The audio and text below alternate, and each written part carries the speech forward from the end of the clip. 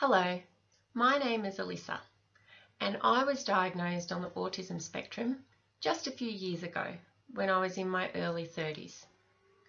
My diagnosis was life-changing for me because it allowed me to finally make sense of why my life had been the way that it was, and it also gave me an opportunity to start to really accept me for me and to know that I was okay just as I was.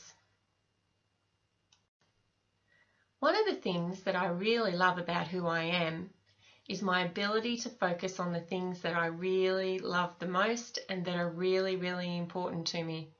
And that means learning everything that I possibly can about them. And I think that's a really valuable part of autism. I also think it's really important to play to people's strengths and to make the most of the fact that they are able to focus and to find out everything that they can and to become experts in their area of interest. One of the things that I love is having structure and routine in my life and being able to predict what's going to come next. It's really important for me that I keep structure and routine around everything that I do and that I plan ahead so that I know what's happening and so that I don't have to worry about not being able to predict what's going to happen. If the structure and routine was taken away from me, then I would find life really, really hard to manage. So it's important that I do what I can, and I often ask other people around me as well to please help and make sure that they keep that structure and routine around my life, because that's a great way to be able to support me. One thing that I'd like to talk about is the use of language around autism, and in particular the use of person-first language and identity-first language. If I can explain what I mean by this in relation to autism. Person-first language is where you talk about a person having autism. So you might say, "This is a girl and she has autism." Or I might say, "My name is Elissa and I have autism."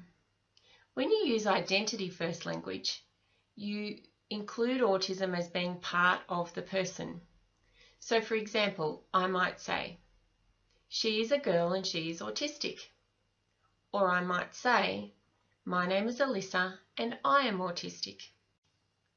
I think this topic gets lots of discussion because people can't agree about the type of language that they think should be used.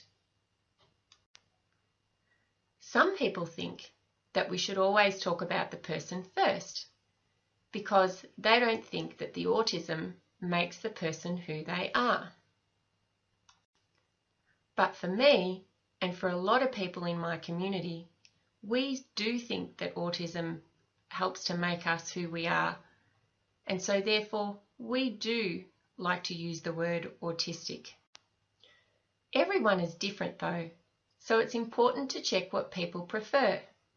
And it's important to always ask the person on the spectrum what type of language they prefer to use. Of course, the best thing to do is to call people by their names, but when we need to use labels, please respect the fact that the individual gets to choose how they talk about themselves, and please respect the fact that some of us do like to use the word autistic, so don't tell us that we shouldn't be using it, because it's an important part of who we are. We like to identify with it, and in fact, we're proud to be who we are. My dream is that one day we'll live in a world where everybody understands that being autistic doesn't mean being less, and that the wider community, simply by letting us be who we are and by playing to our strengths, can support us in living lives that are fulfilling and that enable us to be the very best versions of who we are.